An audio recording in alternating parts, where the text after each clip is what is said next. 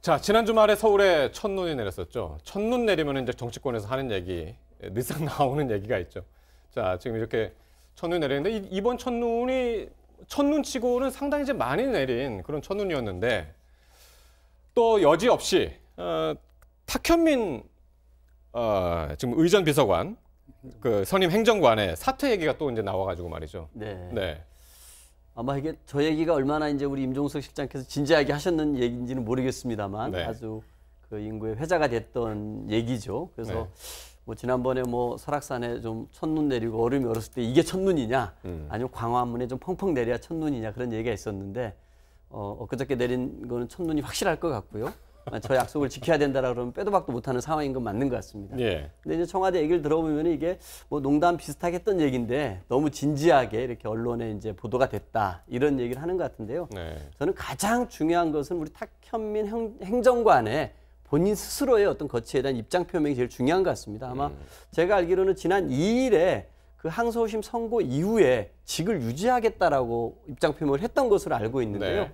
탁 행정관의 입장이 가장 중요한 것 같다라는 생각이 들고요.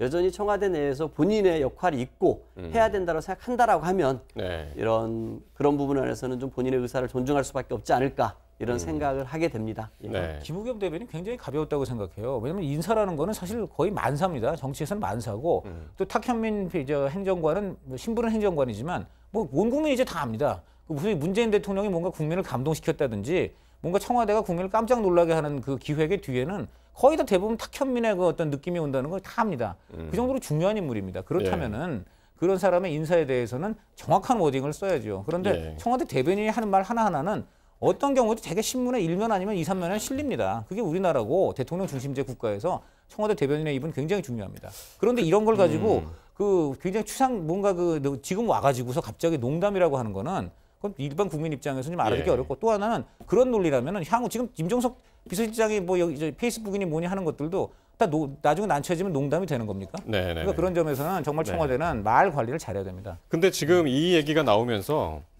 탁현민 지금 선임 행정관이잖아요. 네. 근데 요 바로 윗선 직계 그러니까 바로 윗사람이 김종천 의전 비서관이었다면서요? 과거에 이분이 이제 지금 이제 음주운전으로 면직이 된 그분 아닙니까? 네, 맞습니다. 네. 얼마 전에 있었던 바로 이 주말 기간 동안에 음주운전으로 사회적 물의를 일으켰는데요. 결국은 바로 이제 직권 면직을 시키게 된 상황이고 현재는 공석으로 돼 있는 건데 김종천 전 비서관 같은 경우는 임종석 비서실장이 한양대 총학생회장 할 때부터 각별했던 사이기 때문에 누가 뭐래도 임종석의 사람이다 이런 불리움이 있었습니다.